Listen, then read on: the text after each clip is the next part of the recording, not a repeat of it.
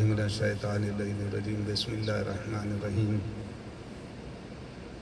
الحمدللہ رب العالمین والصلاة والسلام علی سید الانبیاء والمرسلین خاتم النبیین شفیع المذنبین رحمتا للعالمین الملقب طٰہٰ و یاسین محبوب رب المشرقین و رب المغربین جد الحسن والحسین مولانا بالقاسم محمد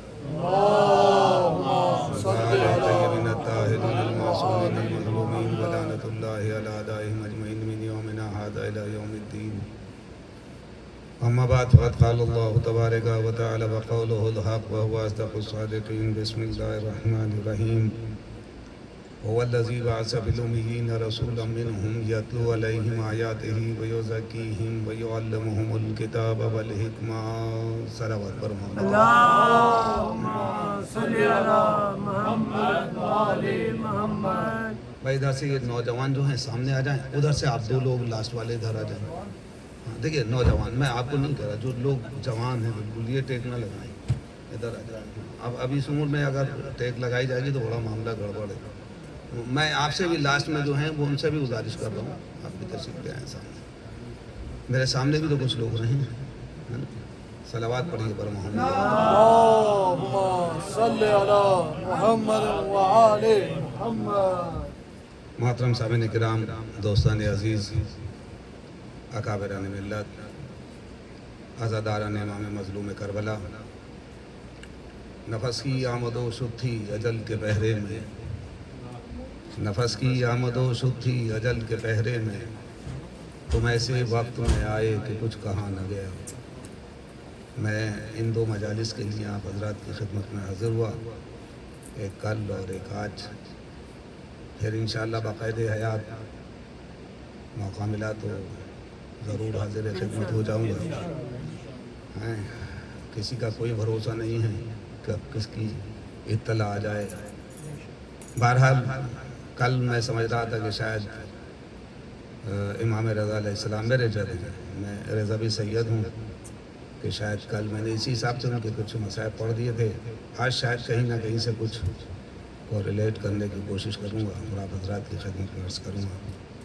اور کل گفتگو یہاں تک پہنچی تھی کہ جب رسول اسلام 6 ساڑھے 6 7 سال کے قریب پہنچے تو ان کے دادا اس وقت 87 سال کے تھے, 87 ایئرس اولڈ, 87 سال کے تھے, اور موت کا وقت قریب ہوتا چلا جا رہا تھا. اور وصیتیں کرنا شروع کر دی تھیں اور کہا تھا کہ میرے پاس ایک امانت ہے, میں اب اس امانت کو تمہارے حوالے کرنا چاہتا ہوں. اور اس امانت کو نبی کے دادا نے ابو طالب کے حوالے کیا. اور جیسا کہ کل میں نے بتایا کہ امانت اس کو کہا جاتا ہے کہ جیسی دی جائے ویسی ہی لوٹائی جائے. یہ نہیں کہ آپ اس کے اندر کچھ رد و بدل کر دیں. اگر کل مثال دی تھی مثلا 2 50 کے کسی نے نوٹ دیے ہیں 100, تو آپ 100 دوسرے نہیں دے سکتے, وہی 50 کے نوٹ آپ کو واپس کر دیے. کبھی آپ یہ سوچیں کہ صاحب 100 روپے دینے تھے, ہم نے 100 واپس دے دیے, وہ امانت میں خیانت ہو گئی. جو چیز جیسی دی جائے ویسی ہی لوٹائی جائے, اس کا کوئی بدل نہیں ہے. اب عزیزان گرامی, یہ 7 سال کا بچہ, دادا کا انتقال ہو گیا, یعنی کہ یہ بچہ کہنا بھی غلط ہے, یہ تو نبی ہے. یہ تو اس وقت کا نبی ہے کہ جب آدم آب و گل کے درمیان میں تھے, جب کچھ بھی نہیں تھا, نبی تھا. کچھ نہیں تھا کائنات کے اندر, آمنہ کا لال اس وقت بھی موجود تھا. اور نبی کی خاصیت یہ ہے کہ جیسے میں آپ کو سامنے سے دیکھ رہا ہوں ویسے ہی پیچھے دیکھتا ہے. جیسے ہم سو جاتے ہیں, ہماری آنکھیں بند ہو جاتی ہیں, نبی کے ایسا نہیں ہے, سوتے میں بھی نبی دیکھتا ہے. اب یہ 7 سال کا بچہ, محمد عربی, عبداللہ کا یتیم, شیبۃ الحمد کا پوتا, خاندان بنی ہاشم کا بھتیجا, ابو طالب کا بھتیجا, خاندان بنی ہاشم کا نونہال, حامل قرآن, عامل قرآن, قاری قرآن, حافظ قرآن, تخلیق وجہ کائنات, جب 7 سال کا ہو جاتا ہے. اور عزیزان گرامی, کچھ لوگ منہ بھر کے کہہ دیتے ہیں ارے صاحب نبی کے آباء و اجداد غریب تھے, نبی کے آباء و اجداد مفلس تھے, انہیں پتہ ہی نہیں ہے, انہیں نہ تاریخ ہی نہیں پڑھی ہے, انہیں معلوم ہی نہیں ہے. جن لوگوں کو اپنی تاریخ معلوم نہ ہو وہ رسول کی کیا تاریخ پڑھیں گے؟ جن کو اپنے آبا و اجداد کا پتہ نہ ہو کہ کون کس کی اولاد ہے، کس کے گھرانے میں پیدا ہوا ہے، یقین جانیے کہ اگر رسول اسلام ہماری زبان کو ریشمین رسیوں سے نہ کس دیتے تو ہم ان کے شجرے بتلاتے کہ کس کا بیٹا ہے، کس کا خاندان میں پیدا ہوا، کس کے بستر پہ پیدا ہوا۔ یہ تو نبی نے منع کر دیا کہ جو جس کے بستر پہ پیدا ہوا ہے اسی کا تسلیم کر لیا جائے گا۔ مثال کے طور پہ بات آ گئی، میرے موضوع میں نہیں ہے، آپ نے عبید اللہ کا نام سنا ہوگا۔ عبید اللہ ابن زیاد بڑا ظالم و مکار شخص تھا۔ کوئی ہے جو یہ بتلا دے تاریخ کا دامن ڈھونڈنے کے بعد، تاریخ میں جانے کے بعد کہ اس کا باپ کون ہے؟ ہمہ سمیہ اس کی ماں ہے۔ سمیہ کا اگر کردار میں منبر سے پڑھنا شروع کر دوں تو ایک مجلس پوری ہو جائے گی، لیکن مجلس کے کچھ آداب بھی ہیں، کچھ مجلس کے منبر کے آداب ہیں۔ وہ تو یہ کہو کہ ہم ساری چیزوں کا خیال رکھتے ہیں، ورنہ ہم چہرے سے نقاب اٹھا دیں گے کہ کون کس کے گھر میں پیدا ہوا اور کس کی اولاد ہے۔ یہ سمیہ کا بیٹا ہے۔ ایک عرصے تک یہ بھی پتہ نہیں چلا کہ اس کا باپ کون ہے۔ اس کو ابن سمیہ کہا جاتا تھا، یعنی کہ سمیہ کا بیٹا۔ دیکھیں فارسی جاننے والے یہاں بیٹھے ہوئے، بہت مشہور شعر ہے اس کے لیے، آبست و نبیذ۔ میں وہ شعر بھی پڑھنا نہیں چاہتا کہ اس کا مطلب کیا ہے۔ ایک آوارہ، ایک طوائف عورت کے بیٹے کا نام عبید اللہ ہے۔ یہ عبید اللہ بھی نہیں تھا، اس کو کہا جاتا تھا ابن سمیہ، سمیہ کا بیٹا۔ باپ کا پتہ ہی نہیں تھا، ماں کے نام سے جانا جاتا تھا۔ کچھ لوگوں نے تاریخ پہ پردہ ڈالنے کے لیے اس کو نام دے دیا عبید اللہ۔ اب باپ ڈھونڈا جائے کہ اس کا باپ کون ہے، کہاں کے ساتھ یہ زیاد کا بیٹا ہے، اب ابن زیاد کہا جانے لگا۔ پھر کبھی انشاءاللہ پوری یہ تاریخ آپ کی خدمت میں عرض کر دوں گا، یعنی کہ جناب ابو طالب کے حوالے یہ امانت کر دی گئی، اب تمہارے پاس ہے۔ کہا صاحب یہ بڑے غریب تھے، بڑے مفلس تھے، نبی کے آبا و اجداد۔ آپ کو معلوم نہیں کہ ہاشم کسے کہا جاتا ہے جو نبی کا پردادا ہے؟ ہاشم کے معنی ہیں روٹیاں چور چور کے کھلانا۔ عرب میں قحط پڑا تھا، لوگوں کے پاس کھانے کو نہیں تھا، لوگوں کے پاس پینے کو پانی نہیں تھا۔ آئے اور آنے کے بعد کا ہم بھوکے مر رہے ہیں، ہمارے کھانے پینے کا انتظام کر دیجئے۔ جناب ہاشم نے کم از کم 3 مہینے تک پورے عرب کو کھانا کھلایا ہے، ورنہ 3 مہینے تک کی روایت ہے اپنے ہاتھوں سے روٹیاں چور چور کو کھلاتے تھے۔ اسے کہا جاتا ہے نبی کا پردادا۔ بتلاؤ کسی کے آبا و اجداد نے کسی کو ایک وقت کھانا کھلایا ہو؟ اس کے دادا کو کہا جاتا ہے متمت طیر، پرندوں کو کھانا کھلانے والا۔ توجہ کر رہے ہیں آپ؟ مجلس چھوٹی بڑی نہیں ہوتی ہے، مجلس ہوتی ہے، آپ پڑھوا لیجئے۔ اسے کہا جاتا تھا متمت طیر۔ کسے؟ عبد المطلب کو۔ عبد المطلب بھی نام نہیں ہے، ان کا نام ہے شیبۃ الحم۔ شیبۃ الحم کو کہا جاتا تھا متمت طیر، پرندوں کو کھانا کھلانے والا، پرندوں کو چارہ دینے والا۔ پردادا انسانوں کو کھانا کھلاتا ہے، دادا پرندوں کو کھانا کھلاتا ہے، پرندوں کو کھانا کھلاتا ہے۔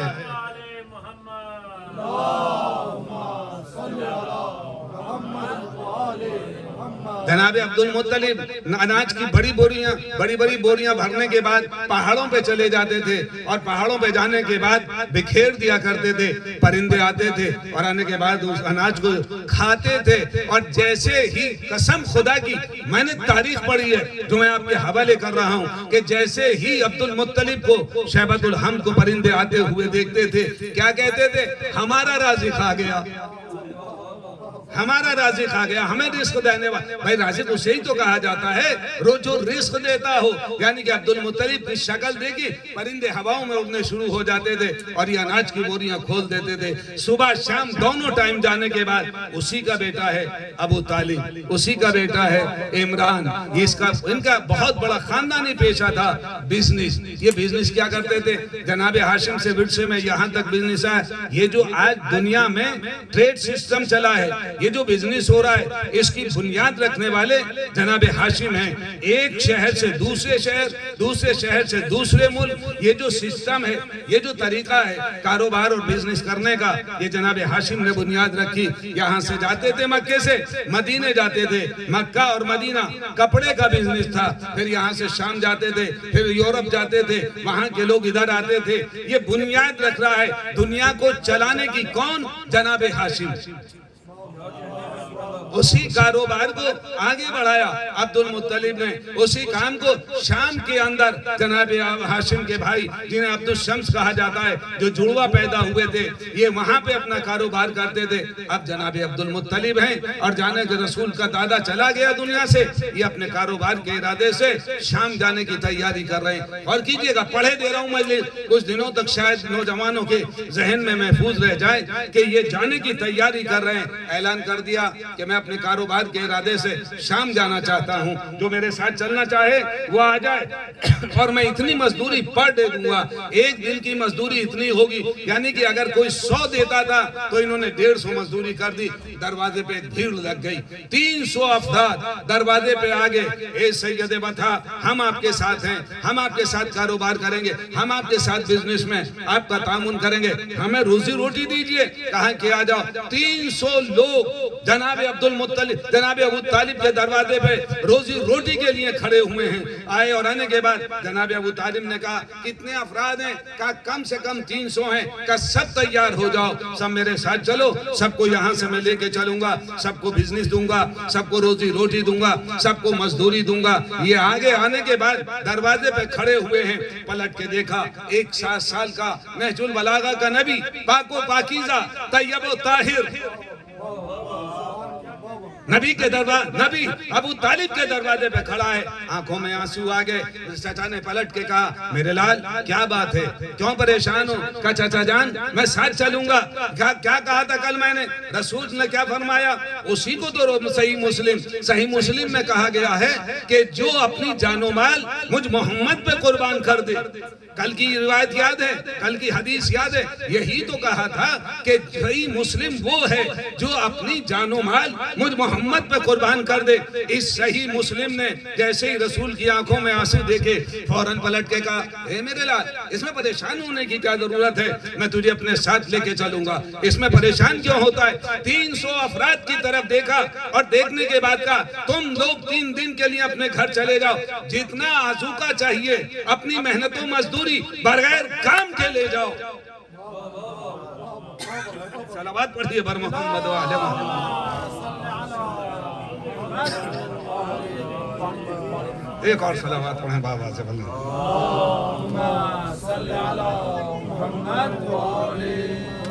ایک اور صلوات بابا سے بلند۔ اللہم صلی علی محمد و آل محمد وعجل فرجہ الشریف۔ ایک اور صلوات بابا سے بلند۔ اللہم صلی علی محمد و آل 300 افراد، 1-2 دن نہیں، 1-2 نہیں، 300 لوگ کہا کہ واپس چلے جاؤ اور 3 دن کے بعد آنا اور 3 دن کی اپنی مزدوری لے جاؤ اور سارے 3 دن کا آذوقہ لے جاؤ۔ آذوقہ یعنی کہ گھر کی جو ضروریات ہیں وہ سارے کا سامان، سارا سامان لے جاؤ۔ یہ نبی کے آباء و اجداد مسلمانوں کو غریب نظر آتے ہیں، مجھے کسی ایک ایسے غنی کا نام بتائیے کہ جس نے بغیر مزدوری کے کسی کو 1 دن کی مزدوری دی ہو۔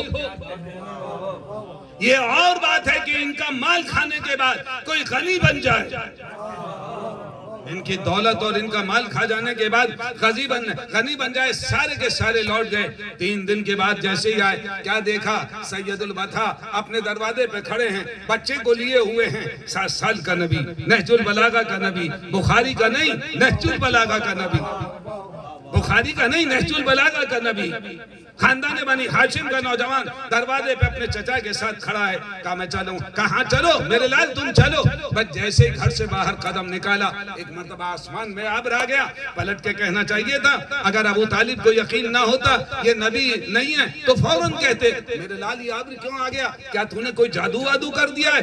اس کا مطلب یہ ہے کہ ابو طالب کو پوری معرفت تھی۔ ارے صاحب ایمان نہیں لے آئے، کون؟ علی کا باپ، علی کے باپ کی بڑی فکر پڑی ہے، تمہیں ان کی فکر نہیں پڑی ہے کہ ان کے باپ کا بھی ایمان لے کر آئے۔ ہمیں تمہیں علی ہی کے باپ کی فکر کیوں ہے؟ ان کا بھی تو بتلاؤ کہ انہوں نے کب کلمہ پڑھا؟ بھائی پہلے کے باپ نے کب پڑھا، دوسرے کے باپ نے کب پڑھا، تیسرے کے باپ نے کب پڑھا؟ ہمیں چھوڑو ان کی کہاں بات کر رہے ہو، ان کا بتلاؤ انہوں نے کب کلمہ پڑھا۔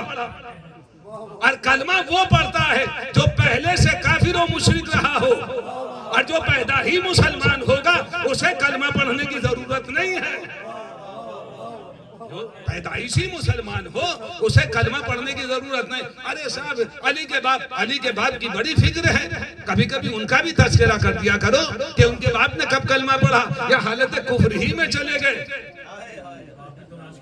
بتلاؤ کہ کب پڑھا, کس وقت پڑھا, کس کے سامنے پڑھا. ارے صاحب جب یہ دنیا سے گئے تو چچا آئے اور آنے کے بعد کہا میرے لال کلمہ پڑھ لے. چچا جان کلمہ پڑھ لیجئے. جب یہ دنیا سے جا رہے تھے نبی نے کہا کہ چچا جان کلمہ پڑھ لیجئے. کہا کہ مجھے شرم آتی ہے.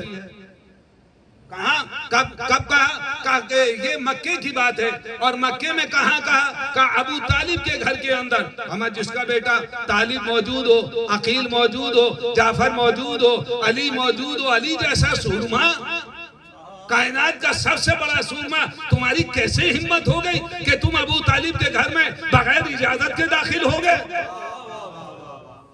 کہا کہ صاحب ہم کھڑے تھے, کہا رسول کہہ رہے تھے چچا جان کلمہ پڑھ دیجئے. انہوں نے کہا مجھے شرم. یہ بتلاؤ تم کہاں تھے اس وقت؟ جس نے یہ روایت پڑھ بتلائی ہے معلوم ہے وہ کہاں تھا؟ وہ مکے ہی میں نہیں تھا, وہ مدینے میں تھا.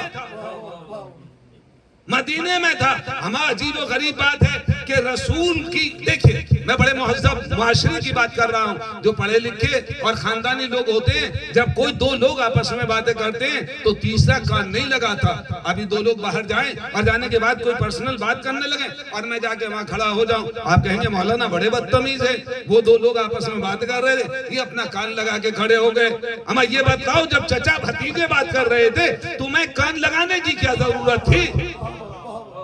تمہیں کان لگانے کی کیا ضرورت تھی؟ تمہیں اتنا بھی شعور نہیں تھا کہ چچا کو بھتیجا جنت کی بشارت دے رہا تھا؟ اے میرے لہے چچا, تم نے پوری زندگی میرے لیے صرف کر دی ہے. جو تم نے کیا ہے میں اس کا احسان حشر میں ادا کر دوں گا. میں اس وقت تک جنت میں قدم نہیں رکھوں گا اے چچا جب تک تجھے نہیں لے جاؤں گا. صلوات پڑھ دے بر محمد و آل محمد. جناب ابو طالب اولاد ابو طالب بلندر صلوات. اللہم صلی علی محمد و آل محمد. یہ 7 سال کا بچہ کہا چلو لے کے چلے. آسمان میں آبر آ گیا. یہ 300 لوگ شام کی طرف جا رہے تھے. غور کیجئے گا, بڑی قیمتی بات, واقعہ سنا ہوگا, نتیجہ آپ کے حوالے کر دوں گا. یہ 300 لوگوں کا قافلہ جیسے ہی چلا, ادھر سے شام سے پہلے ایک چرچ ہے اور اس چرچ کے اندر پادری ہے, بڑا پڑھا لکھا ہے, آسمانی کتابیں اس کی نگاہوں کے سامنے ہیں, اس نے کتابوں میں پڑھ رکھا ہے, اسے علم نجوم بھی آتا ہے, ستاروں کا علم بھی جانتا ہے. اس نے پڑھ رکھا ہے کہ ایک آخری نبی آئے گا. اسے معلوم ہے کہ ایک آخری نبی آئے گا اور مجھے اس کی زیارت کرنی ہے. اس نے آسمان کی طرف دیکھا, کہا ٹائم تو ہو چکا ہے لیکن ابھی تک نہیں آیا. آئے گا ضرور. کتابوں میں توریت, زبور, انجیل ساری کتابوں میں موجود ہے. جتنے صحیفے ہیں کہ اس موقع اس مقام کے اوپر وہ آخری نبی آئے گا. وہ بار بار آسمان کی طرف دیکھتا ہے کہ ابھی تو ستاروں میں بھی جنبش نہیں ہے, آسمان میں بھی کوئی کھلبلی نہیں ہے, یہ کہاں رہ گیا. اس کے بعد وہ اپنے ایک نوکر کو بھیجتا ہے کہ جاؤ, جانے کے بعد سامنے دیکھو کہ کوئی آ رہا ہے یا نہیں. وہ گیا اور جانے کے بعد لوٹ کے آتا ہے. کہا کہ اے آقا کوئی آدمی تو نظر نہیں آ رہا ہے, کچھ نیزے نظر آ رہے ہیں. کہا وہ نیزے نہیں ہے, ایک قافلہ آ رہا ہے, ایک قافلہ چلا آ رہا ہے. کہا کہ اس پہ نگاہ رکھو. قافلہ آگے بڑھتا رہا. ایک میدان میں جانے کے بعد خیمے لگا دیے گئے. بس جیسے ہی خیمے لگے ادھر سے کہا گیا کہ وہ خیمے لگ گئے ہیں اور ایک قافلہ آ چکا ہے. کہا کہ تم جاؤ اور جانے کے بعد اس قافلے کے سردار کو بلا کے لے کر آؤ, جو اس کا سردار ہے اسے بلا کے لے کر آؤ. یہ گیا شخص اور جانے کے بعد سلام و دعا کی. کہا یہ بتاؤ اس قافلے کا سردار کون ہے؟ اس قافلے کا سردار کون ہے؟ سید البطا آگے بڑھے. کہا کہ کیا بات ہے؟ کہا کہ سردار کو ہمارے آقا ہمارے پادری نے بلایا ہے. ادھر سے نبی کا چچا دوست پہ رسالت کی چادر ڈالنے کے بعد, نبوت کی چادر ڈالنے کے بعد اٹھا اور بھتیجے سے کہا میرے لال میں ابھی آتا ہوں, تم ان سب پہ نگاہ رکھنا, یہ ادھر ادھر نہ ہو جائیں. ایک 7 سال کے بچے کے حوالے 300 لوگوں کو کر دیا کہ تمہیں دیکھنا ہے, یہ ادھر سے آئے. جیسے ہی دہلیز پہ قدم رکھا ایک مرتبہ وہ آگے بڑھا اور بڑھنے کے بعد کہتا ہے کہ آپ کیا ہونا ہے, آپ کا نام کیا ہے؟ انہوں نے فوراً پلٹ کے کہا مجھے ابو طالب کہتے ہیں. کہا میں نے کنیت نہیں پوچھی, میں نے تمہارا نام پوچھا، نام بتاؤ کہ نام کیا ہے؟ فوراً پلٹ کے کہا مجھے عمران کہا جاتا ہے۔ کیا اسی نام سے محمد عربی کے سینے کے اوپر ایک سورہ نازل ہوگا؟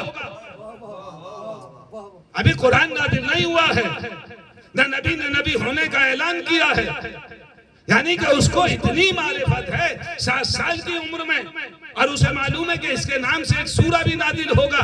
افسوس تو اسی بات کا ہے کہ مسلمانوں کو 40 سال تک پتہ نہ چلا کہ نبی آ چکا ہے۔ انہیں معلوم ہو گیا کہ اسی کے چچا کے نام سے ایک سورہ نازل ہونے والا، یہ اسی میں پھنسے ہوئے ہیں کہ کلمہ پڑھا یا نہیں پڑھا، پادری کہہ رہا ہے کہ تیرے نام سے سورہ نازل ہوگا۔ ارے توجہ نہیں کر رہے، توجہ نہیں کر رہے۔ صلوات پڑھیے بر محمد و آل محمد۔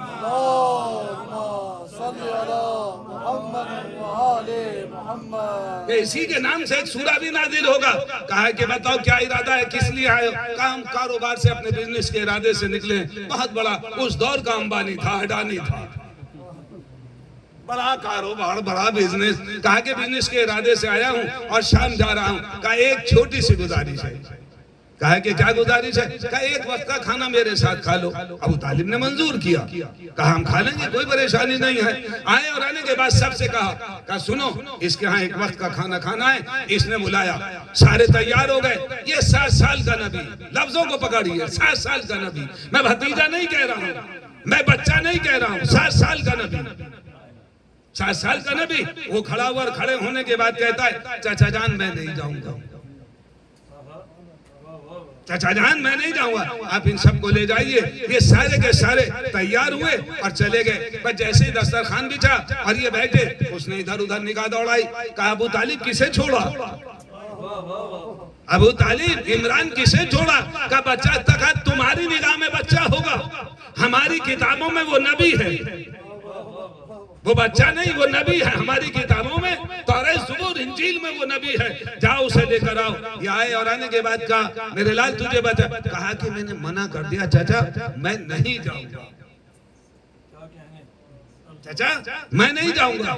بس آئے اور آنے کے بعد کہا ارے چھوڑو ان کو کھلا دو، وہ ساز و سامان دیکھ رہا۔ کہا بچے ساز و سامان نہیں دیکھتے، یہ بڑوں کا کام ہوتا ہے، تمہاری نگاہ میں بچہ ہے، جاؤ جا کے اسے لے کر آؤ۔ پھر آئے اور آنے کے بعد کہا میرے لال چل، وہ ضد کر رہا ہے، بلا رہا ہے، ایک وقت کا تھوڑا سا کھانا کھا لینا، 1-2 لقمے کھا لینا۔ کہا چچا میں نہیں جاؤں گا۔ ادھر سے اصرار ہے، ادھر سے انکار ہے۔ ادھر سے اصرار کیوں ہو رہا ہے کہ اسے بلاؤ، ادھر سے انکار کیوں ہو رہا ہے کہ میں نہیں جاؤں گا؟ بس تیسری مرتبہ جب آئے اور آنے کے بعد کہا کہ وہ آنے کے لیے تیار نہیں ہے۔ سنیے قیامت کا جملہ اس پادری کا، اس پادری نے فوراً پلٹ کے کہا عمران جاؤ اور جا کے اپنے بھتیجے سے کہہ دو میرے کھانے میں کوئی ایسی شے نہیں ملی ہے جو اس کی شریعت میں حرام ہو۔ قسم خدا کی میں نے مجلس پڑھ دی کہ اس کی شریعت میں حرام ہو۔ یہ آئے اور آنے کے بعد کہا میرے لال، اس نے یہ کہا ہے تمہیں بلانے کے بعد کہ میرے کھانے میں کوئی ایسی شے نہیں ملی ہے جو اس کی شریعت میں حلال ہو۔ بس یہ سننا تھا، نبیوں کا نبی اٹھا،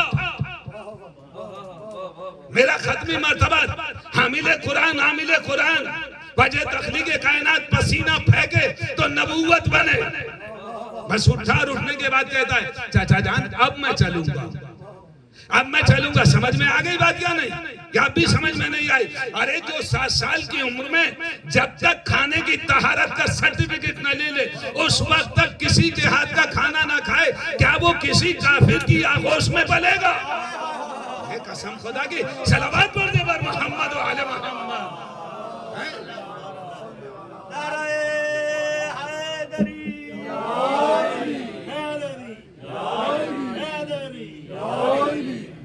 میں چلوں گا، اب چلوں گا ساتھ۔ کہا کہ جب تک سرٹیفکیٹ نہیں لے لیا اس وقت تک نہیں اٹھے۔ نبیوں کا نبی چلا، مسکراتا ہوا چلا۔ جیسے ہی دہلیز پہ قدم رکھا، ادھر سے پادری آگے بڑھا، بڑھنے کے بعد کہتا ہے ابو طالب عمران آگے آؤ۔ جناب عمران آئے، کہا کہ اس کے بندے کھولے، اس کے بند قمیص کے کھولو۔ جیسے ہی کھولے وہ آگے بڑھا، اور بڑھنے کے بعد اس نے میرے نبی کے نہج البلاغہ کے نبی کے سینے کو بوسے دیے اور ایک جملہ کہا اے ابو طالب گواہ رہنا، میں اس پر ایمان لے کر آیا، حشر میں گواہ رہنا، نہیں توجہ کر رہے ہیں. حشر میں گواہ رہنا, میں اس پر ایمان لے کر آیا. گواہ اسے بنایا جاتا ہے جو موقع پہ موجود رہے. گواہ اسی کو تو بنایا جائے گا جو موقع پہ موجود رہے. اس کا مطلب یہ ہوا کہ جو حشر میں محمد کا مقام ہوگا وہی ابو طالب کا ہوگا. صلوات پڑھتے پر محمد و آل محمد.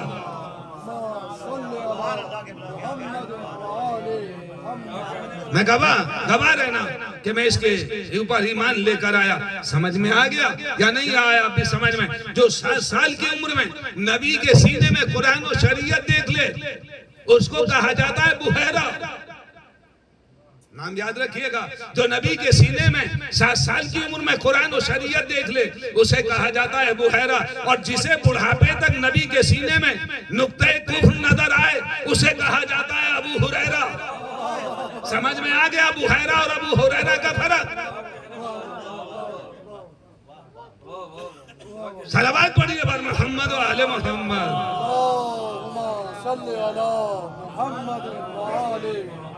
جو 7 سال کی عمر میں نبی کے سینے میں قرآن و شریعت دیکھ لے اسے کہا جاتا ہے بحیرہ. اس کا نام ہے بحیرہ. نوجوان یاد رکھے. اور جسے ارے 40 سال کے بعد جبرائیل آئے اور آنے کے بعد انہوں نے سینہ چاک کیا. ہمیں کون سا آپریشن تھیٹر تھا عرب کے اندر؟ کھجوروں کا. اس میں نبی کو لٹا کے اور اتنی بڑی چھری لے کے نبی کا اور جبرائیل نے آپریشن سرجن جبرائیل آپریشن کرنے والے جبرائیل ایک کھجور کے پیڑ کے نیچے لٹا کے میرے نبی کا سینہ چاک کر ڈالا. ارے مسلمانوں تمہاری قسمت پہ افسوس ہے کہ تمہارے سامنے جنت رکھی ہوئی تمہارے سامنے سے کھسک گئی. جنت رکھی ہوئی تم نے پہچانا ہی نہیں. نبی کو نبی ہی نہیں جانا. بس عزیزان گرامی جب یہ نبی 40 سال کا ہوا اس کے بعد کا سینہ چاک ہوا, نقطۂ کفر نکالا گیا. کیا بات ہے. جبرائیل آئے. یہ نقطۂ کفر آیا کہاں سے؟ یہ داخل کہاں سے ہو گیا؟ کون لے کے آیا؟ کہاں سے داخل ہو گیا؟ ارے مالک کائنات نے تو اسے اس وقت نبی بنا دیا تھا جب آدم ابو گل کے درمیان میں تھے. تصور بھی نہیں تھا یہ نبی تھا. یہ تصور بھی نہیں تھا, وہم بھی نہیں تھا, خیال بھی نہیں تھا. یہ پاک و پاکیزہ تھا جب 40 سال کا ہوا. اب ہم سے کہا جاتا ہے کہ صاحب ہر موقع پہ علی علی کرتے ہیں. ہماری مجبوری ہے. ہم کوشش بہت کرتے ہیں کہ علی سے بچ کے نکل جائیں, کسی اور کو پکڑ لیں. لیکن جیسے ہی دوسرے کو پکڑتے ہیں تو ہمیں کچھ ڈر لگتا ہے. ارے یہ تو خود ہی بہکا ہوا ہے. یہ ہماری کشتی کو کیا بتائے؟ یہ تو خود ہی ڈوبنے جا رہا ہے. یہ تو نجس سمندر کے اندر غرق ہو جائے گا, نجس دریا میں غرق ہو جائے گا. ہم پیچھے ہٹ جاتے ہیں. کہا صاحب یہ صرف علی علی کرتے ہیں. اب ہم کیا بتائیں کہ کون کون علی کرتا ہے؟ ہمیں جنت میں علی علی سوائے دوزخ کے کہیں ہر جا علی ملیں گے. نہ دامن بچائیے, بچنا علی سے ہے تو جہنم میں جائیے. صلوات پڑھیے پر محمد و آل محمد.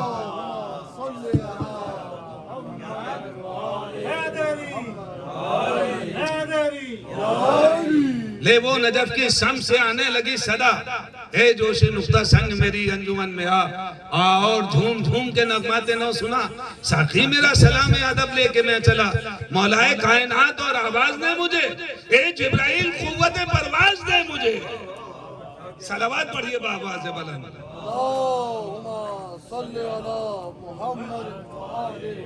کہ صاحب ہر وقت علی علی کرتے ہیں. کیا کریں ہم؟ ہماری مجبوری ہے علی علی کرنا. ہم نے کوشش بہت کری کہ علی سے بچ کے نکلیں. آپ دعوت ذوالشیر آ جائیے جہاں سے آغاز ہو رہا دین اسلام کی تبلیغ کا. کہاں؟ ابو طالب کا گھر. بھائی اگر اعلان ہی کرنا تھا تو رحمان کے گھر سے ہوتا. یہ ابو طالب کے گھر سے کیوں ہو رہا ہے؟ اور جس کے اوپر مسلمان آج تک انگلی اٹھا رہا ہے, رحمان کے گھر ہوتا. خانہ کعبہ موجود تھا, وہاں کے اوپر بلا لیتے رسول اسلام. رسول اسلام نے بلایا کہ نہیں یہاں نہیں بلاؤں گا. میں نے کہا کیوں؟ کہا یہاں تو ابھی بیٹھے ہوئے ہیں. میں نے لات منا دیے, جتنے بڑے بڑے خدا بنے بیٹھے یہاں ہیں, میں یہاں نہیں کروں گا اعلان، ورنہ کل کو کوئی کہے گا ارے رسول نے تو تبلیغ کا اعلان بھی کیا، تو وہاں تو خود ہی بت بیٹھے ہوئے تھے۔ اس کا مطلب یہ ہوا کہ رسول کو وہ جگہ پسند نہیں ہے کہ جہاں بت ہوں یا بت کی پوجا کرنے والے موجود ہوں۔ سمجھ میں آ گیا ابو طالب اور ابو طالب کا گھر، یہ ہے ابو طالب کا گھر۔ کہا ابو طالب کے گھر کے اندر انتظام کیا، علی کو بلایا، کہا کہ علی دعوت کا انتظام کرو۔ علی کی عمر کتنی ہے؟ 10 سال، 13 سال، 10 12 13 21 11 سال، اتنی یہ عمر ہے، کوئی عمر نہیں ہے۔ آپ لوگ بھی کوئی فنکشن کرتے ہوں گے، کسی بچے کی شادی کی ہوگی، لوگوں کو کھانا کھلایا ہوگا، تباری کے مطابق 40 آدمیوں کی دعوت ہے، کس کے حوالے کی گئی؟ بچے کے۔ جب بھی کوئی کھانے والا پروگرام ہوتا ہے، کسی کا ولیمہ ہو یا کوئی بھی ہو، موت کا کھانا ہو، تو کسی تجربے کار کے حوالے کیا جاتا ہے جو کام یہ کرتا رہا ہو۔ یہ نہیں کہ کسی سے کہتے ہیں کہ بھئی اتنے لوگوں کو کھانے کا انتظام کر لیجئے، جس کو تجربہ ہو، کتنا گوشت لگے گا، کتنی روٹیاں لگیں گی، کتنا کھانا بنے گا، کتنے لوگ کھائیں گے، اس کا باقاعدہ کیلکولیشن ہوتا ہے۔ اور یہ جو کھانا دعوت ذو العشیرہ میں بلایا جا رہا ہے، اقربین کی لفظ کے ساتھ قریبی رشتہ داروں کو بلاؤ، 40 افراد جو ہیں، معلوم ہے کتنا کھانا کھاتے ہیں؟ تاریخ سے جا کے معلوم کیجئے، ایک ایک آدمی ایک ایک بھیڑ کی نہاری اکیلے کھا جاتا ہے، ایک ایک گوشت کھا جاتا ہے، ایک ایک ران کھا جاتا ہے، ایک ایک ران کھا جاتا ہے۔ اتنے بڑے کھانے کا انتظام کس کے حوالے کیا؟ بچے کے حوالے کیا۔ میں نے کہا اچھا چلیے صاحب، ہم نے دعوت ذو العشیرہ کو بڑی گہرائی سے پڑھا، آپ کوئی پروگرام کر لیجئے، کھانا کھلا دیے، جب جائیں گے لوگ اور اپنے دانتوں میں سیخ ڈالتے ہوئے، ہمیں کھانا بہت اچھا تھا، بہت پیارا کھانا تھا، لیکن بورچی صحیح نہیں تھا۔ کیا ہوا؟ قسم نمک تیز تھا، نمک کم تھا، ہمیں پانی کا انتظام صحیح نہیں تھا، اور باقی چیزیں ساری صحیح تھیں، پانی نہیں ملا لوگوں کو، آئس کریم کم پڑ گئی، سویٹ جو تھی، مٹھائی جو تھی، اس میں وہ بات نہیں تھی، کھانے کی چیزیں بہتر تھی۔ کہیں نہ کہیں کوئی نہ کوئی کمی آپ کو نظر آئے گی۔ میں 40 سال، وہ 450 سال سے کوشش ہم کر رہے ہیں کہ کہیں کوئی موقع مل جائے کہ کوئی یہ کہتا ہوا نظر آئے علی نے کھانے کا تو انتظام بہت صحیح کیا تھا، نمک تیز تھا، اما جس طرح بچے کے 10 سال کے کھانے میں تم کوئی کمی نہ نکال پائے۔ ارے ہماری مجبوری ہے علی علی کرنا، ہماری مجبوری ہے۔ 1450 سال کے بعد آج بھی کسی نے نہیں لکھا کہ سب میں خالی پیٹ چلایا، بھوکا پیٹ چلایا۔ کتنا مستحکم انتظام تھا، کتنا مضبوط انتظام تھا، لوگوں کو کھلا دیا گیا۔ کہا جاؤ آئے، کون آئے؟ عربی، فارسی اور عربی جاننے والے موجود ہیں۔ لفظ ہوئی اقربین کی، قریبی رشتہ داروں کو، بھیڑ نہ اکٹھی کرنا، سب کو نہ بلانا، بھیڑ نہ اکٹھی کرنا۔ اقربین، اقرب، اقرب، الف قاف رے دے، اقرب کہتے ہیں قریبی رشتہ دار، اسی سے قریب ہے، میرے قریب آ جاؤ، اسی سے اقرب سے، یہ اقرب جو قریب ہی سے ہیں بنا ہے، اقرب یاد رکھیے گا، قریبی رشتہ دار۔ اور ایک اور اقرب ہے، ایک اور اقرب ہے، وہ عین سے لکھا جاتا ہے، الف کے بجائے عین سے لکھا جاتا ہے، عین قاف رے بے، اس کو کہتے ہیں بچھو۔ اقرب دونوں ہی اقرب ہیں، متوجہ ہیں یا نہیں؟ توجہ فرما رہے ہیں؟ یعنی کہ اقرب عین سے بھی لکھا جاتا ہے، جو عین سے لکھا جائے گا وہ بچھو، اور جو الف سے لکھا جائے گا وہ قریبی۔ کہا تم اقرب، اقربین قریبی رشتہ داروں کو بلاؤ، نبی نے دونوں اقرب بلا لیے۔ خدا کی کہاں بیٹھے سن رہے ہیں؟ صلوات پڑھیے بر محمد و آل محمد۔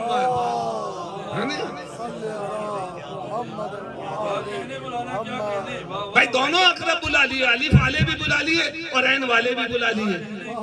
اگر یقین نہ آئے تو جا کے پوچھ لو ابو لہب سے، ابو جہل تو نہیں تھا، ابو جہل اقرب میں نہیں ہے، ابو لہب دیکھ لو عین والا اقرب بلا لیا یا نہیں۔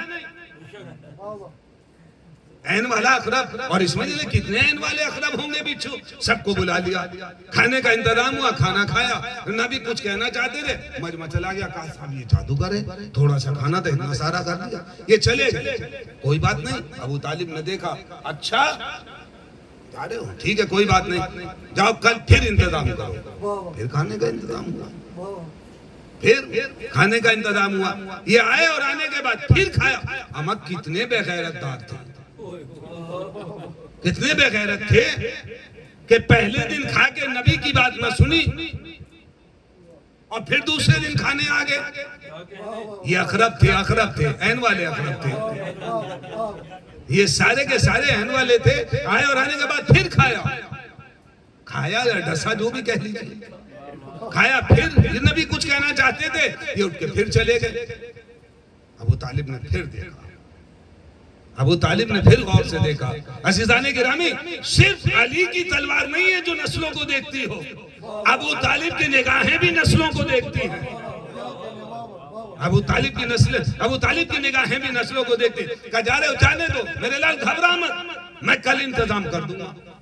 اگر ان عین والے اقرب کی دماغ کل میں نے صحیح نہ کر دیے تو مجھے بھی اپنا چچا نہ کہنا، مجھے بھی اپنا چچا نہ کہنا. اگلے دن پھر بلا لیا گیا. آئے اور آنے کے بعد کھانا لگا، کھانا کھایا. ادھر سے نبی اٹھا، جیسے ہی اٹھنا چاہتے تھے ابو لہب نے بیچ میں کہا دیکھا نہیں، کہا چپ، خاموش ہو کے بیٹھ، جو میرا بھتیجا کہہ رہا ہے غور سے سن. اور جیسے ہی یہ کہا مجمع میں سناٹا چھا گیا. کسی کی جرت ہے، یہ علی کا باپ ہے کہ کسی کی ہمت ہو جائے. کہا خاموش، بولنے کی ضرورت نہیں ہے، جو میرا بھتیجا کہہ رہا ہے اسے غور سے سنو، اور غور سے سنو نہیں، اس پہ عمل بھی کرو. ہمیں کون کہہ رہا ہے؟ جس کو مسلمان کافر نظر آ رہا ہے. مسلمان جسے کافر کہتا ہے وہ کہتا ہے خاموش بیٹھ جاؤ. مجمع میں سناٹا. میرے لال اٹھ، جو کہنا ہے کہہ، جو پیغام پہنچانا ہے پہنچا. ایک چھوٹا سا خطبہ دیا اور اس کے بعد کہا جو آج میری نصرت کا وعدہ کرے گا وہ میرا بھائی ہوگا، میرا خلیفہ ہوگا، میرا جانشین ہوگا. بالکل سامنے کی بات آپ کی خدمت میں عرض کروں. علی کو سارا مسلمان ولی مانتا ہے. حنبلی، شافعی، وہابی، دیوبندی سب مانتے ہیں. کسی سے بھی پوچھ لیجئے گا علی ولی ہیں یا نہیں، کہا صاحب علی ولی ہیں، کون منع کر رہا ہے؟ آئے ولایت نازل ہو گئی ان کی شان میں، کوئی منع نہیں کرتا کہ صاحب ولی ہیں، اللہ کے ولی ہیں. ہم نے جب ان سے اردو میں کہا تو سب نے مانا کہ علی ولی ہیں، اللہ کے ولی ہیں. اسی بات کو جب ہم نے اذان میں کہہ دیا علی ولی اللہ تو فوراً پلٹ کے کہا کہ اذان میں اضافہ کر دیا. ہمیں جاہل اردو میں مان لیتا ہے، عربی آج تک سمجھ میں نہیں آ رہی ہے. اس کے بعد کہتا ہے کہ کتاب کافی ہے. جب علی ولی اللہ نہ سمجھے تو قرآن کیا خاک سمجھو گے؟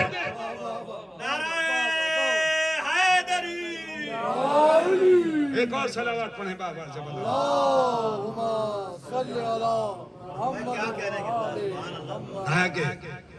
جو آج میری نصرت کا وعدہ کرے گا وہ میرا بھائی ہوگا، میرا خلیفہ ہوگا، میرا جان. یہ بچہ اٹھا، یہی 3 دن سے جو انہیں کھلا رہا تھا، 3 دن سے کہا کہ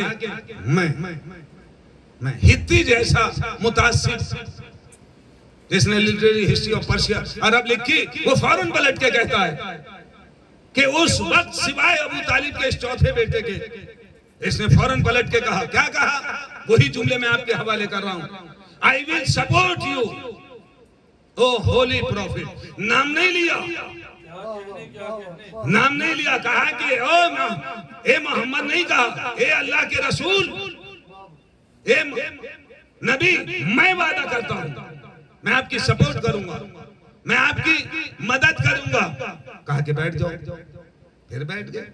کہا کون ہے جو میری مدد کرے گا اس موقع کے اوپر، میرے ساتھ چلے گا؟ وہ میرا بھائی ہوگا، میرا ساتھی ہوگا، میرا وزیر ہوگا، میرا خلیفہ ہوگا، وہ اللہ کا ولی ہوگا. پھر یہی کھڑا ہو گیا. کہا کہ میں، کہا پھر بیٹھ جاؤ. علی بیٹھے ضرور، ایسے نہیں بیٹھے کہ جیسے کسی کا دل بیٹھ جاتا ہے، بلکہ ایسے بیٹھے کہ جیسے شیر کچھار میں بیٹھ جاتا ہے. پھر تیسری مرتبہ کھڑے ہوئے اور کھڑے ہونے کے بعد کہا میں اے ہولی پروفٹ میں آپ کے مدد کروں گا، میں آپ کے ساتھ چلوں گا. بس رسول نے ہاتھ پکڑ کے کہا کہ اگر یہ میری مدد کرے گا تو میرا بھائی ہوگا، میرا خلیفہ ہوگا، میرا جانشین ہوگا. آج ہی طے ہو گیا تھا کہ کون خلیفہ ہوگا اور کون جانشین ہوگا. اے غدیر میں تو اعلان ہوا ہے، بنایا یہاں گیا ہے. توجہ نہیں کیا آپ نے. صلوات پڑھیے بر محمد.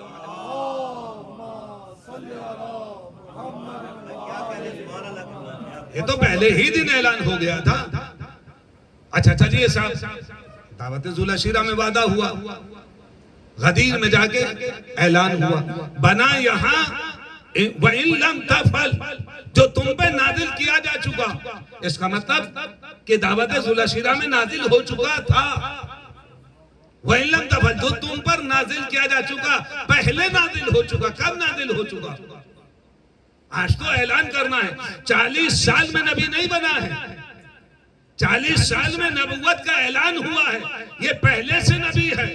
اسی طریقے سے علی پہلے سے وسیع ہے، پہلے سے جانشین ہے. کہا کہ اٹھے میں ہوں، میں بس یہ سننا تھا. کہا کہ لیجئے اب اپنے بھتیجے کی بھی پیروی کیجئے. بس فوراً پلٹ کے کہا اسی میں تو بھلائی ہے، اسی میں بھلائی ہے. اب ہمارے اوپر اعتراض ہوتا ہے، اس کا بھی جواب سن لیجئے کہ صاحب یہ لوگ کھانے میں تھوک دیتے ہیں، کھانے میں تھوک دیتے ہیں. ان کے ہاں کا کھانا نہیں کھانا چاہیے. اچھا بھائی یہ روایت آئی کہاں سے کھانے کے تھوکنے والی؟ بتلاؤں میں آپ کو. یہ کھانے کی روایت آئی ہے دعوت ذوالعشیرہ سے. جب کھانا تیار ہو گیا تھا، نبی آگے بڑھے اور بسم اللہ کر کے چکھ لیا. کہا دیکھو اس نے تھوک دیا. جو یہ کہتے ہوئے نظر آئیں کہ انہوں نے تھوک کے کھلایا، وہ ابو لہب اور ابو جہل والے، وہ ابو جہل اور ابو لہب والے. بس فوراً کہا صاحب یہ تبرک کہاں سے آ گیا؟ بھیا مجھے کیا پتا کہاں سے آ گیا. یہ تو مجلس میں بانٹنے والوں سے جا کے پوچھو کہ کہاں سے آ گیا، کیسے انتظام کیا. میں بتلاؤں اس منبر سے کہاں سے آیا. ہم نے دعوت ذوالعشیرہ سے تبرک لیا ہے کہ جب بھی کوئی دین اسلام کا کام کرنا تو انہیں کھلانا. تبرک سمجھ میں آ رہا ہے؟ یہ کھانا کہاں سے چلایا؟ یہ تو اسلام میں نہیں ہے. دعوت ذوالعشیرہ میں جا کے اعتراض کرو کہ نبی کے پاس کھانا کہاں سے آ گیا، یہ تو بدعت ہے صاحب. ارے بس فرق ہم نے بدلا ہے. نبی نے پہلے کھلایا، تمہارے آبا و اجداد کھا کے بھاگ گئے. ہم نے طریقہ بدل دیا. ہم پہلے سنائیں گے، بعد میں کھلائیں گے. صلوات پڑھ دے بر محمد و آل محمد.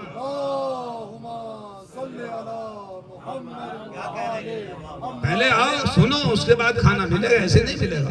ہم دیکھتے رہے تم کھاتے ہو اور بھاگ جاتے ہو، پتلی گلی سے نکل جاتے ہو، سنتے ہی نہیں ہو. آؤ ہم سنائیں گے. بہرحال یہ اٹھا اور اٹھنے کے بعد اس نے کہا کہ میں نصرت کا وعدہ کرتا ہوں.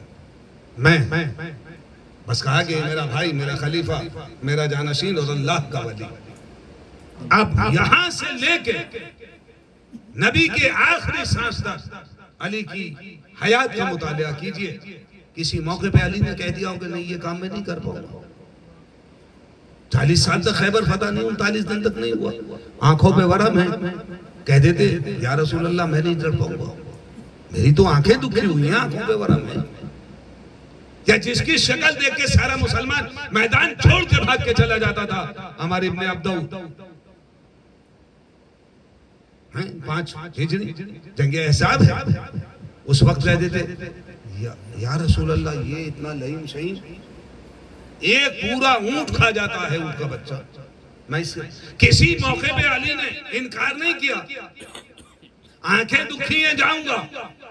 عمر کے لوگ قصیدے پڑھ رہے ہیں، یہ اتنا بہادر تھا، اتنا بڑا ہے، ایسا ہے ویسا ہے. اس نے ایک مرتبہ ڈاکوؤں سے مال چھین لیا. اس کا مطلب یہ ڈاکوؤں کا بھی بات ہے، ڈاکوؤں کا بھی بات ہے. اکیلے نے یہ کر دیا وہ کر دیا. کسی بھی موقع پہ علی نے عذر نہیں کیا، کسی بھی موقع پہ. سوائے ایک موقع ایسا آتا ہے کہ جب ابو طالب کا بیٹا پلٹ کے کہتا ہے یا رسول اللہ میں نہیں کر پاؤں گا یہ کام. یہ میں نہیں کر پاؤں گا. وہ کون سا موقع تھا؟ صلح حدیبیہ. ادھر سے سہیل آگے بڑھا اور بڑھنے کے بعد جب یہ صلح نامہ لکھا جانے لگا کہ یہ صلح نامہ محمد عربی رسول اللہ کی جانب سے، اس نے کہا علی یہ کاٹو، یہ رسول اللہ کیا ہے؟ اگر ہم ان کو رسول اللہ کا رسول مانتے تو جھگڑا کیا ہے؟ یہ جھگڑا یعنی کہ رسول ہی پہ تو جھگڑا ہے. بس علی نے فوراً رسول کی طرف دیکھا. رسول نے پلٹ کے کہا میرے بھائیا، میرے جانشین، اللہ کے ولی، میرے وزیر کاٹ دے. کہا یا رسول اللہ میں نہیں کاٹ سکتا، میں نہیں کاٹ سکتا. کہا کیوں؟ کہا میں ہوں آپ کی رسالت کا گواہ. اگر میں نے کاٹ دیا تو کل کا مورخ لکھ دے گا نبی کا تو گواہی چھوڑ کے بھاگ گیا. میں نہیں کاٹ لکھ سکتا. نبی کی طرف بڑھا دیا. آپ ہیں مدعی، آپ کو حق ہے جو چاہے کریں. بس نبی نے وہ کاٹ دیا. یہ بتلاؤ کہ جب نبی نے وہ کاٹا جس جگہ پہ رسول اللہ لکھا تھا، کس نے بتایا یہاں پہ کاٹنا ہے؟ محمد ابن عبداللہ لکھیے. ارے لاکھوں سلام ابو طالب کے بیٹے کے اوپر صلح حدیبیہ میں کہ جس نے ایک لمحے کے لیے رسول کو رسول نہ ماننے سے انکار کر دیا ہو. اور بات یہی ختم نہیں ہوئی، صبح قیامت تک کے لیے نبی کو جاہل ہونے سے بچا لیا کہ نبی کو لکھنا بھی آتا ہے اور پڑھنا بھی آتا ہے. انہوں نے خود کاٹا اپنے ہاتھ سے. کاٹنے کے بعد لکھا یہ صلح نامہ محمد ابن عبداللہ کی جانب سے. سمجھ میں آگے علی یا نہیں؟ جو ایک لمحے کے لیے لکھنا بھی گوارا نہ کرے. میں لکھ دیتے دل میں تو مانتے کہ ہمارا رسول ہے. کہا نہیں میں نہیں لکھوں گا، میں لکھ بھی نہیں سکتا. میں اپنے حرکت و سکنات سے ظاہر کر ہی نہیں سکتا کہ یہ اللہ کے رسول نہیں ہے. میں نے میرے باپ نے مان لیا تو مان لیا. ہم اس کو نہیں، بس صلح نامہ لکھ دیا گیا. اس کے بعد تاریخ اور آگے بڑھی. عزیزان گرامی، نبی نے ہجرت کی. ہجرت کیوں کری؟ میں ہجرت نہیں پڑھوں گا. ہجرت کیوں کری؟ کیوں گئے مکہ چھوڑ کے؟ مدینے کی طرف وطن چھوڑا ہے. کیوں؟ اس کے پیچھے راز ہے. جو دو نبی کے ہمدرد تھے، محسن تھے، اسی سال دونوں کی وفات ہو گئی. ایک کو ابو طالب کہا جاتا ہے اور ایک کو خدیجہ کہا جاتا ہے، اور اسی لیے اس کو عام الحزن کہا گیا ہے. یہ غم کا سال ہے. یعنی کہ جو چاہنے والے تھے دونوں چلے گئے. مکے میں کبھی کسی نے ایک آدھ آدمی نے کلمہ پڑھ لیا.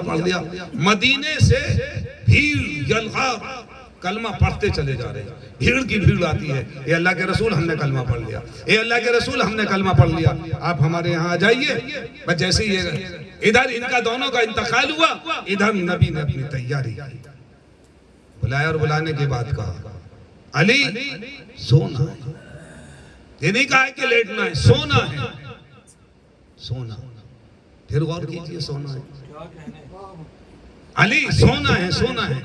خدا نے کہا کہ سونا علی بیچو گے؟ کہاں بالکل بیچوں گا، لیکن مالک کائنات میرا سونا بالکل 24 کیرٹ کا ہے.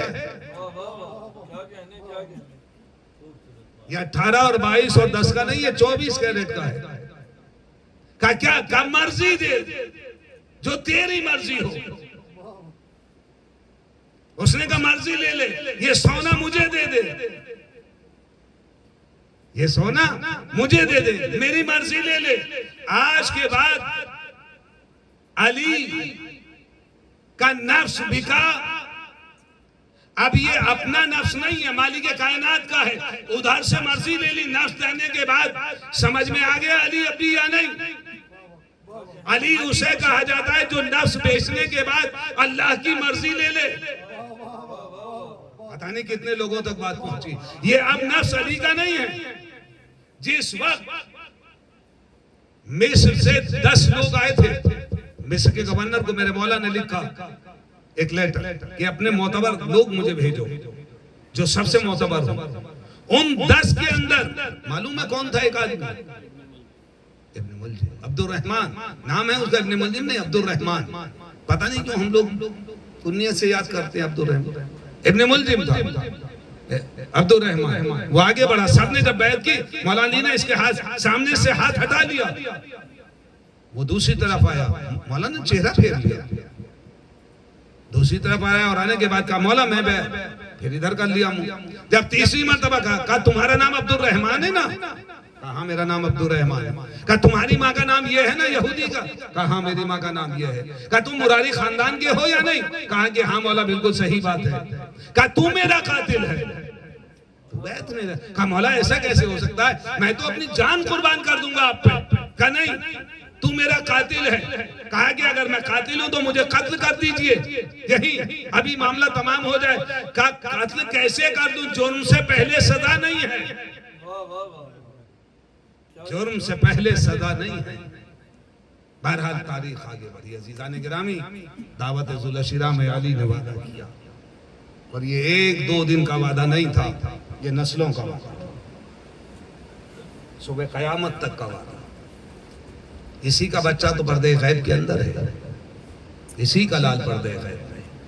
کل میں نے امام نے ہشتم جو مسائب پڑھ دیے, مجھے نہیں معلوم تھا کہ آج تابوت برآمد ہوگا. کچھ تھوڑا سا ہو سکتا ہے الفاظ کے ساتھ ریپیٹیشن ہو جائے, لیکن میری مجبوری ہے. اگر کوئی اشارہ, میں نے پوچھا تھا شیخ صاحب سے, انہوں نے کہا نہیں. میں نے کہا اس کا مطلب نہیں ہے تو نہیں ہے.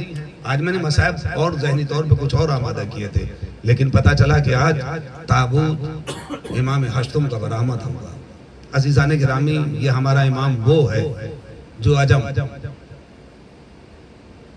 ایران اور بڑی محنت اور مشقت, بڑے مسائب برداشت کرنے کے بعد, اور ایک پورا طولانی خطبہ جو ہے نشاپور کے اندر دیا ہے, وہ بھی کسی موقع پہ انشاءاللہ آپ لوگوں کو سنا دیا جائے گا. اپنا تعارف بھی کرایا, میں کون ہوں, کیا ہوں, اور اس کے بعد قالین کا واقعہ بھی میں پڑھ چکا کہ شیر قالین کس طریقے سے حادثات اور واقعات ہوئے. مامون نے بلایا, اور بلانے کے بعد انہوں نے ابو سلط سے کہا کہ میں جا رہا ہوں, اس بات کا دھیان رکھنا جب میں وہاں سے لوٹوں اگر میرے چہرے پہ نقاب ہو تو مجھ سے گفتگو نہ کرنا, مجھ سے گفتگو نہ کرنا, مجھ سے باتیں نہ کرنا. گیا اور آنے کے بعد جیسے پہنچے دربار میں, انگور پیش کیے گئے, بہت سارے پھل تھے, کھجوریں بھی تھیں اور بھی پھل تھے. کہا مولا بسم اللہ. مولا نے انکار کیا, کیونکہ امام خود موت کو گلے نہیں لگا سکتا. جناب سجاد کو ہتھکڑیاں پہنائی گئی تھی, مولا نے خود ہاتھ آگے نہیں بڑھائے تھے, بلکہ زینب نے ہاتھوں کو سہارا دیا تھا. امام کبھی خود بڑھ کے نہیں اٹھا سکتا. جناب زینب نے ہاتھ آگے بڑھائے تھے, کہا بیٹا ہاتھ آگے کر دو, ان میں ہتھکڑیاں ڈالی جائیں گی. اسی طریقے سے امام ہشتم نے منع کیا. وہ ایک مرتبہ وہی گچھا اس نے اٹھایا جس کے اندر اس نے زہر بھر رکھا تھا, اور مولا کی طرف پیش کیا. مولا نے انکار کیا, کہا کہ کیا تمہیں ہمارے اوپر یقین نہیں ہے, اور سختی سے پیش آنا شروع ہوا. میرے مولا نے مالک کائنات کی طرف دیکھا, اور دیکھنے کے بعد کہا, مالک کائنات نے پلٹ کے کہا, اے نفس مطمئنہ پلٹا. ہاتھ آگے بڑھائے, اور بڑھانے کے بعد 3 انگور کھائے. کھجوریں بھی رکھی ہوئی تھی, کچھ لوگوں نے کھجوریں بھی, لیکن معتبر روایت یہی ہے کہ انگور کھائے. بس جیسے ہی انگور کا کھانا تھا وہ زہر حلال. کل میں نے آپ کی خدمت میں عرض کیا کہ اگر چند گرام سمندر میں ڈال دیا جائے تو مچھلیاں تڑپ تڑپ کر مر جائیں.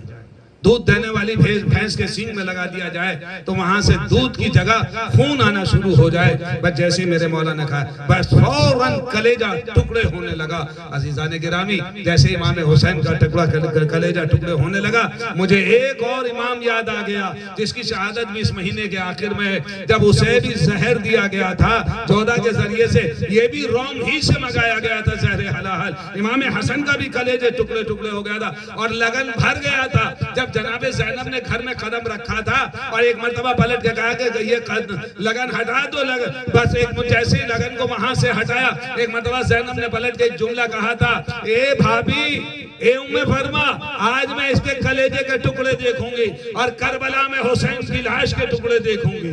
خدا آپ کو کسی غم میں نہ رلائے سوائے غم امام مظلوم کربلا کے.